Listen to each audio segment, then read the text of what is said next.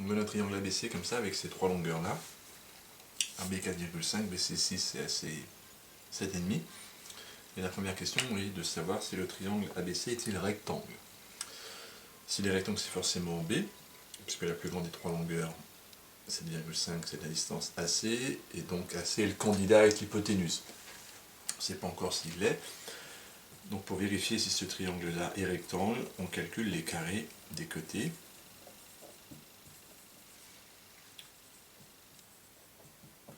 Alors je vais calculer AC au carré, qui est donc égal à 7,5 au carré, et on trouve 56,25. Je calcule ensuite AB carré plus BC carré. Je fais le calcul, le carré de 4,5 plus le carré de 6, et en opérant, on trouve 56,25 aussi. On observe donc que AC carré est égal à AB carré plus BC carré. Une fois qu'on a fait cette constatation, on peut conclure que d'après la réciproque du théorème de Pythagore,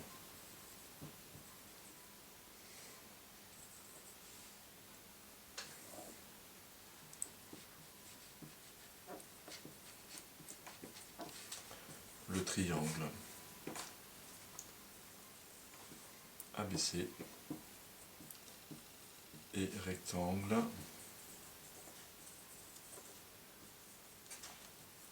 en B. Et donc, on a un angle droit ici. Donc, rappel quand même rapide au niveau de la rigueur, il ne s'agit pas d'écrire l'égalité tout de suite, on calcule séparément, d'abord AC carré, ensuite le AB carré plus BC carré, on fait le calcul, on observe qu'on a la même chose, donc on écrit cette égalité sous forme littérale. Ça ne sert à rien d'écrire que 56,25 égale à 56,25. Si vous arrivez à ça sur une copie, c'est qu'il y a une erreur dans le raisonnement. Et c'est uniquement lorsque j'ai écrit cette égalité-là qu'on parle de la réciproque. Il ne faut surtout pas parler de réciproque en début de démonstration. Ce serait malvenu de commencer en disant « je vais appliquer la réciproque ». Non.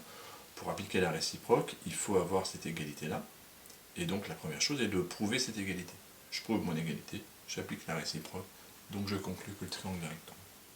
Et la deuxième question, qui elle est de troisième, puisque cette question est une question de quatrième, est de déterminer une valeur approchée de la mesure de l'angle A. En fait, c'est même une question de quatrième au final, puisqu'on peut choisir la fonction trigonométrique qu'on veut. Donc, dans le triangle ABC rectangle en A, on va par exemple choisir le cosinus de l'angle A, mais enfin comme on connaît toutes les longueurs, on peut choisir ce qu'on veut. Dans ce triangle-là,